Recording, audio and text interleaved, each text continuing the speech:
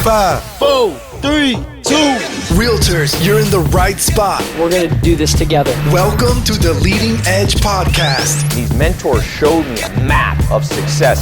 This is the place for real estate pros like you to get better at running your business, balancing your life, and having happy clients. Do you know how powerful you are? And now your host, Eric Thompson. What is up, everyone? It's your good friend, Eric Thompson. This is the Leading Edge Podcast. It's episode number 63, complete with its brand new introduction. I hope you all love the new intro. I personally love it. Guys, I've been doing this podcast for 2.5 years. I finally have a cool intro.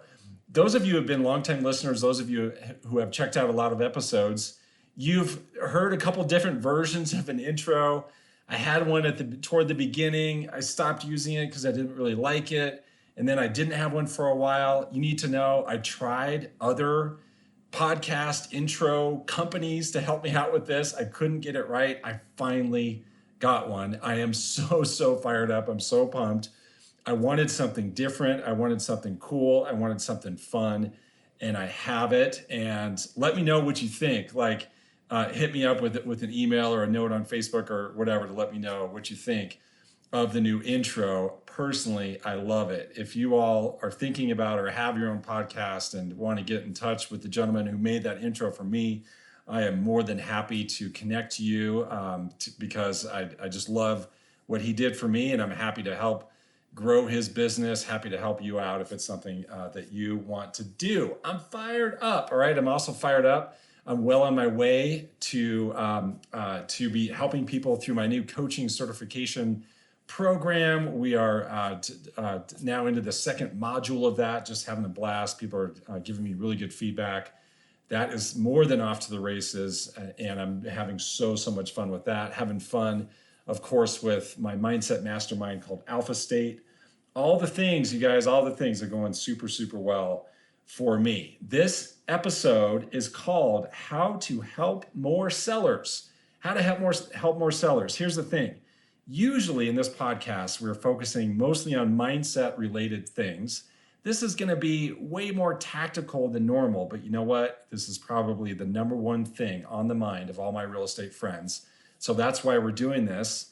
It's the number one thing on their mind right now. And also, regardless of when you may be listening to this, this is a thing, right? This is a topic we always want to be in a position to help even more sellers, to have more listings, et cetera, et cetera. That's why we're doing this. I'm going to give you all of my very best thoughts about how to help more sellers. We're actually going to start with a mindset lesson related to this. So even though this will become for sure a more tactical kind of podcast, we are going to start with a mindset. Let's start with mindsets that do not work as it relates to attracting more sellers, helping more sellers, having more listings. What doesn't work? As things that would be going through your brain, as things that would be on your mind related to this, what are some things that don't work? Well, I'll give you some that I hear sometimes. Here's some that I hear coming out of the mouth of some of my realtor friends. Well, no one wants to sell right now. No one's selling. No one's listing their home. No one's moving. Another one I'm hearing a lot is, why is no one moving right now?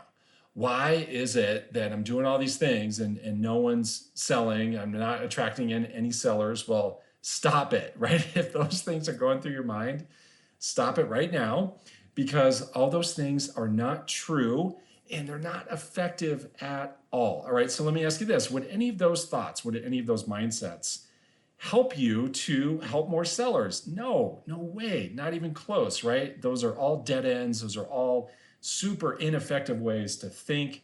So if you are thinking that, if you're asking yourself those questions, stop asking yourself those questions. Here's the reality. There are plenty of people who are selling. Now, granted, the number is way down. I understand that. I mean, the numbers are the numbers. I get it. And yet, you know what? There's still plenty of people who are selling. All right. There are people who do need our help. There are people who are thinking about selling. All right. There are plenty of all of those people. We just need to shift our mindset so that we can start seeing them and start understanding it and start figuring out how to help those kind of people so that we are in position to attract that listing. All right. So pretend you and I are fishing. All right. I'm like an amateur fisher person, definitely a novice. I like to fly, I enjoy fly fishing. It's not that I'm very good at it, but I enjoy it. So let's pretend you and I are out fishing, and let's pretend you're a really good fisherman or fisherwoman. And if I say to you, you know what, we've been here a while, I've been cutting fish. Clearly, there are no fish in this river. They're just not. There are no fish in this river. Well, you would laugh at me and say, yes, there are. There are fish in the river. You may want to try like a different fly. You may want to try a different technique. You may want to try a different part of the river.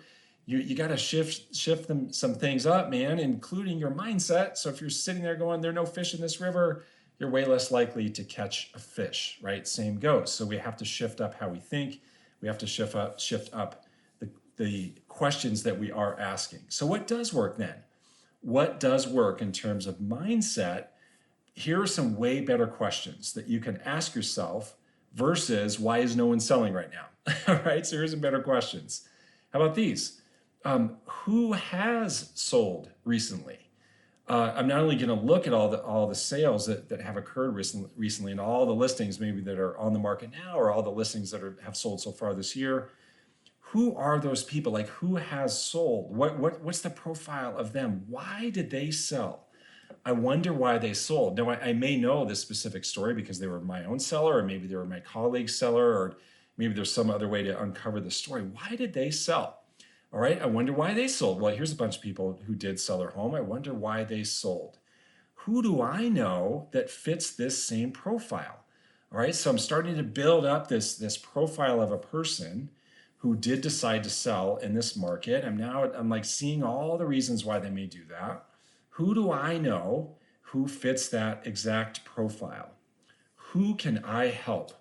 Who can I help? Like, who can I help today? Guys, imagine if you started your day and went through all day, every day, with a simple question on your mind of, I wonder who I can help today. Who can I help today?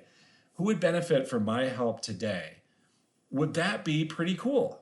Would you get some results from that? Would that create like an amazing experience for you, an amazing experience for your clients? Yeah, absolutely. Here's an even better version of that. How about this? If I was thinking about selling, what would be helpful to me? Like putting yourself into the mind, into the shoes of a potential seller. Maybe you don't know exactly who that is yet, but you can conjure up the profile. If you were to think about that person, start to think about, okay, what would be helpful to me if I was that person? What might be helpful? Well, one would be to know what my home was worth. Another one would be to know about what's happening in the market. Another one would be to know about what are even the steps. Another would be to know about the market where I may want to move, right? And so you may be saying, yeah, well, I don't know where they want to move yet. Yeah, but you could offer to them, just offer up generally to the people that you connect with that you have market information for other markets.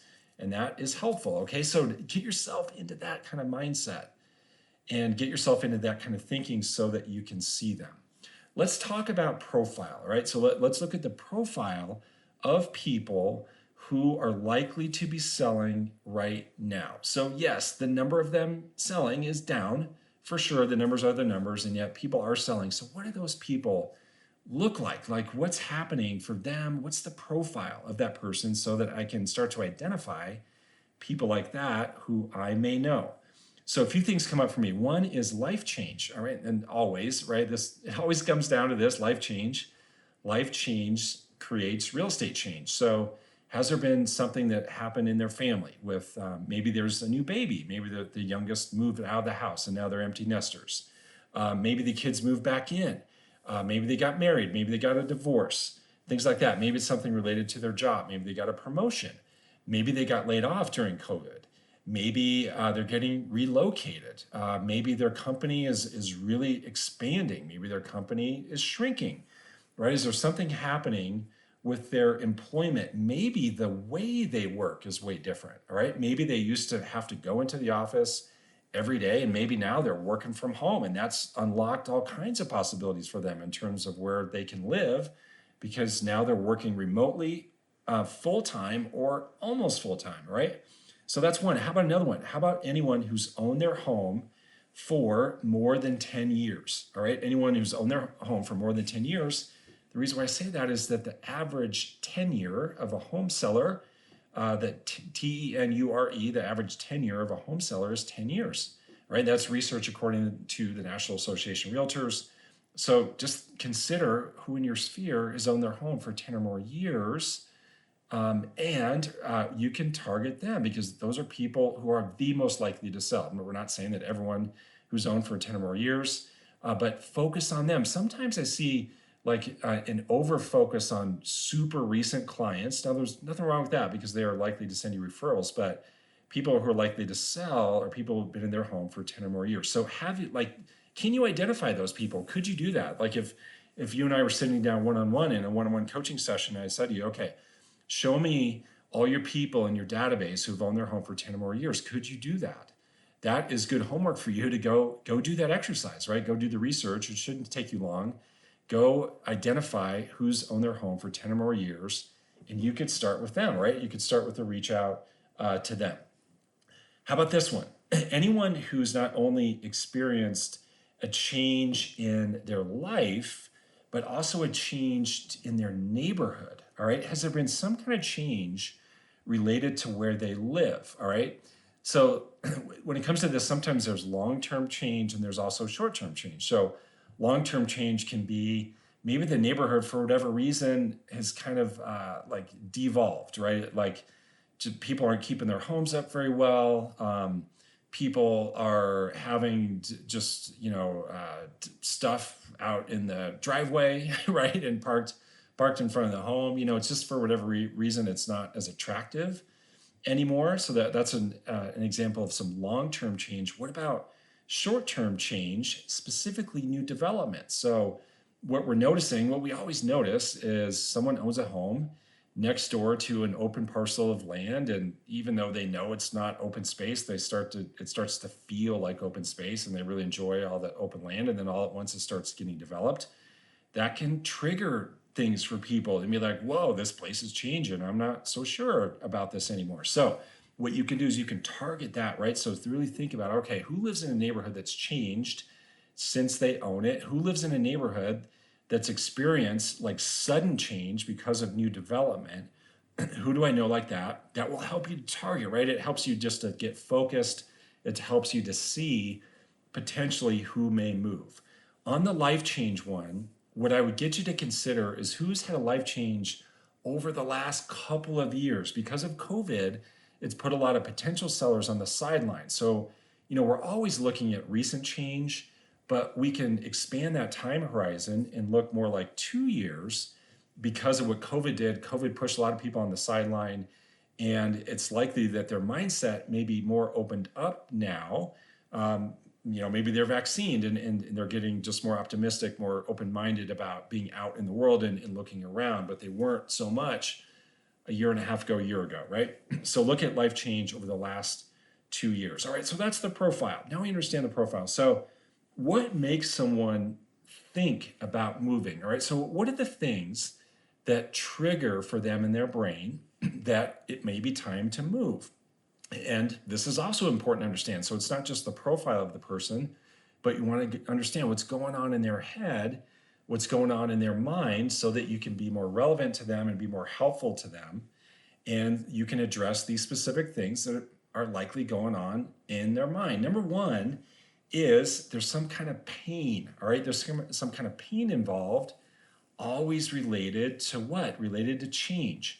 So oftentimes these life changes, while they may be wonderful in their life, it can cause some pain related to real estate. The most easy example is a growing family. So either there's a new addition to the family, or literally the family is growing, like physically growing, like they have kids that aren't 2 anymore, they're now 12.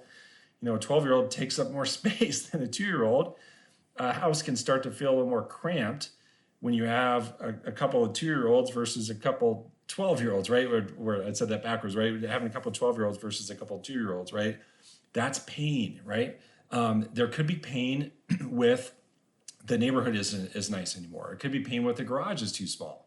It could be pain with the neighbors. It could be pain financially, like God forbid, like maybe your client was laid off, or maybe there, some big change happened with their employment, where now the pain is in the actual payment. Maybe the pain is with the commute, maybe where they need to drive to go to work, or drive to get the kids to school, or whatever.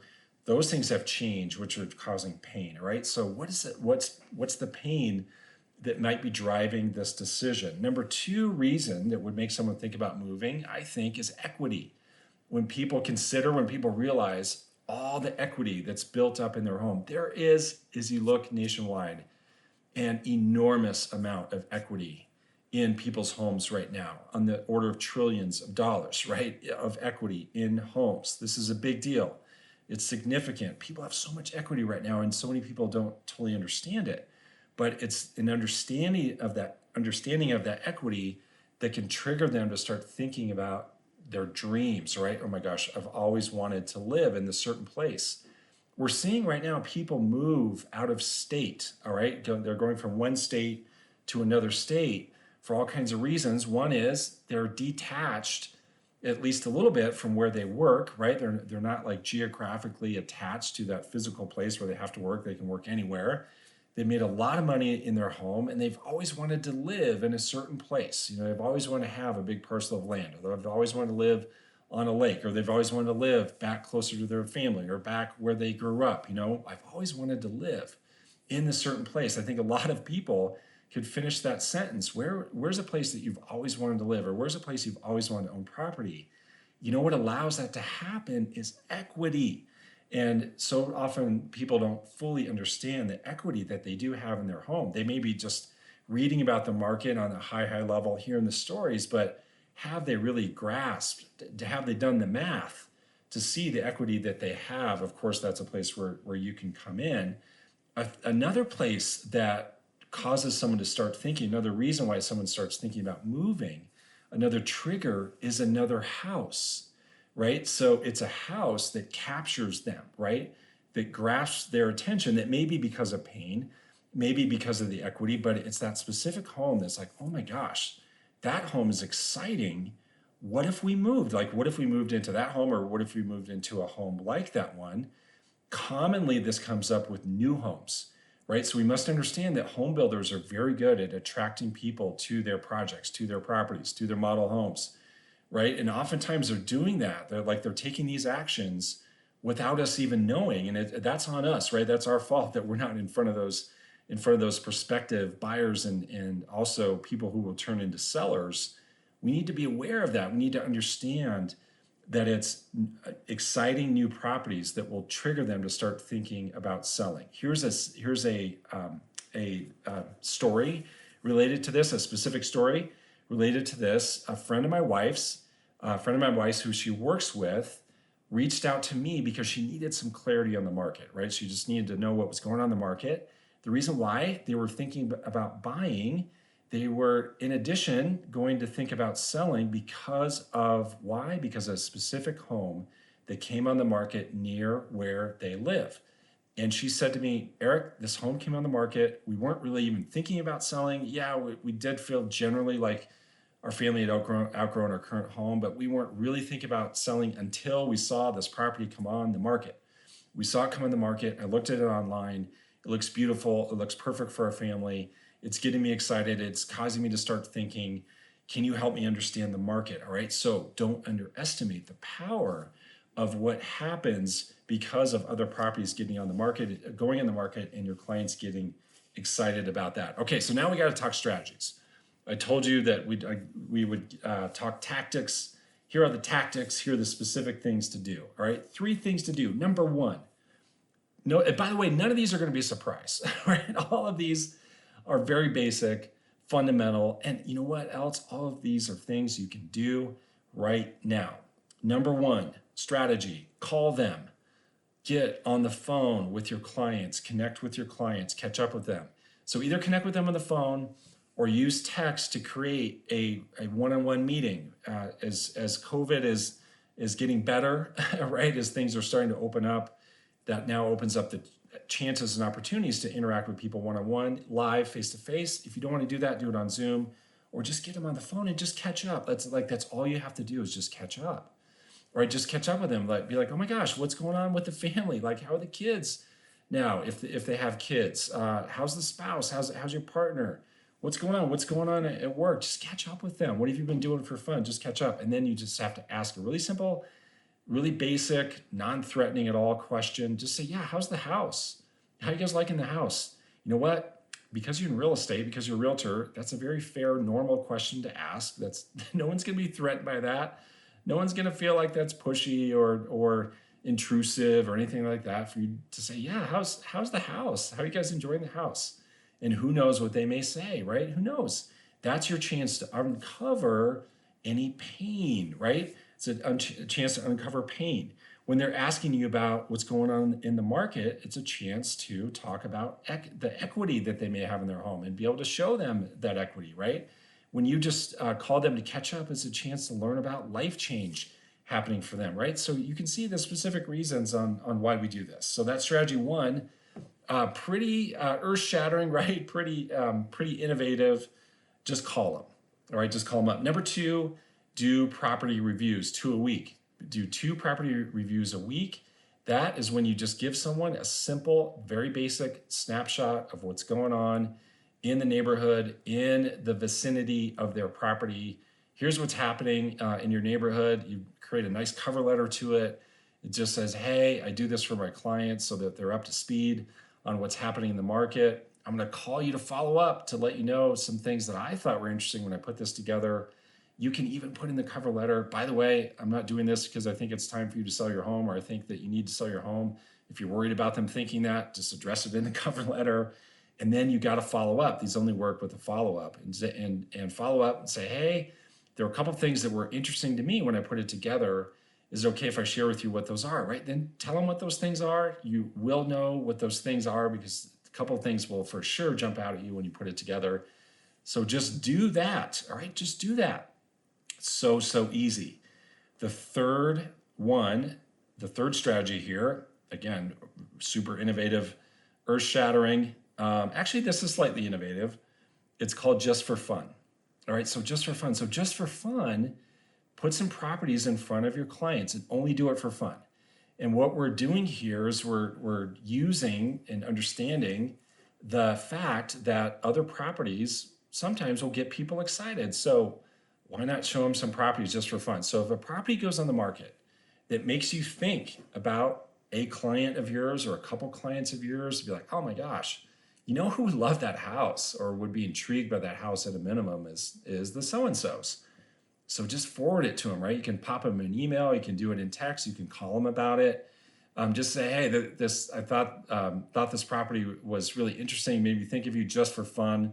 I'm sending it over, and hope you guys are well. Thought you would enjoy, get a kick out of looking at it. You could even say, no, I'm not doing this because I'm trying to get you to sell your home, but I know you guys like to look at fun properties. Just do that, right? So take it just for fun strategy. Even better if you can. Even better, get people to go with you to go out and look at properties. I think what's something you could do easily right now. Have people go with you to go preview new homes. Who wouldn't like to go pop into some model homes, see what builders are up to, see what the new styles are? So you can reach out to some of your very best clients, some of your best friend clients, say, hey, I'm gonna be out previewing some new homes. You wanna come with me? Let's go. If you're not comfortable riding in the car with them because of COVID, just meet them there. Go look at 2 or 3 new home neighborhoods, go check them out, walk through the models, have some fun with it. They're gonna tell their friends about it. That'll get the juices flowing and the conversation started. Who knows what may happen? And you know what? It is fun. You can also do this with vacant listings. If there are listings out there that are vacant, that are much more easy to show.